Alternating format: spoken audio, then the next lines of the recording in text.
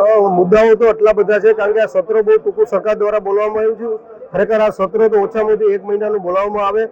સરકાર ડરી રહી છે, વિરોધ પક્ષ કોંગ્રેસ પાર્ટીથી ભાગી રહી છે, કારણ કે એમને જો હેલ્ધી ચર્ચા કરવી હોય, લોકોના પ્રશ્નો વિશે ચર્ચા કરવી હોય તો એમને ખરેખર મિનિમમ ઓછામાં ઓછું 15 કે 20 દિવસથી મહિના દિવસનું સત્ર બોલાવવું છે, પણ ટૂંકું સત્ર બોલાવવામાં આવ્યું છે.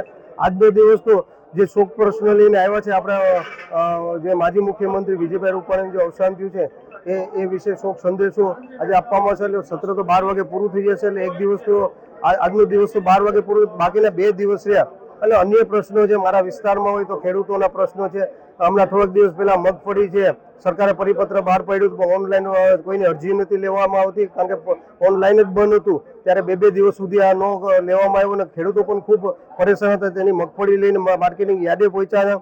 ખેડૂતોના અનેક પ્રશ્નો છે. માછીમારો છે એ સતત 3-4 મહિનાથી માછીમારી કરવા જાય, અડધે પહોંચે, 3 લાખનો ખર્ચો કરીને પહોંચે અને પાછું ત્યાંથી તેમને બોલાવી લેવામાં આવે. અતિ વરસાદના કારણે બેરોજગારી છે.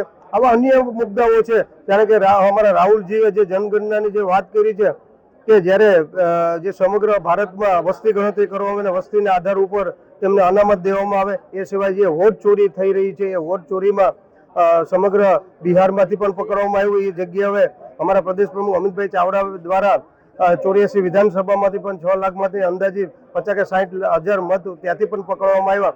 આવા અન્ય મુદ્દાઓ છે કે જેની ચર્ચા થઈ છે અને જેનું નિવારણ એક સરકારને લાવવું પડે, પણ એના કારણે આના માટે ચર્ચા કરવામાં ઓછામાં ઓછી વિધાનસભાનો 15 થી 20 દિવસ જોઈએ.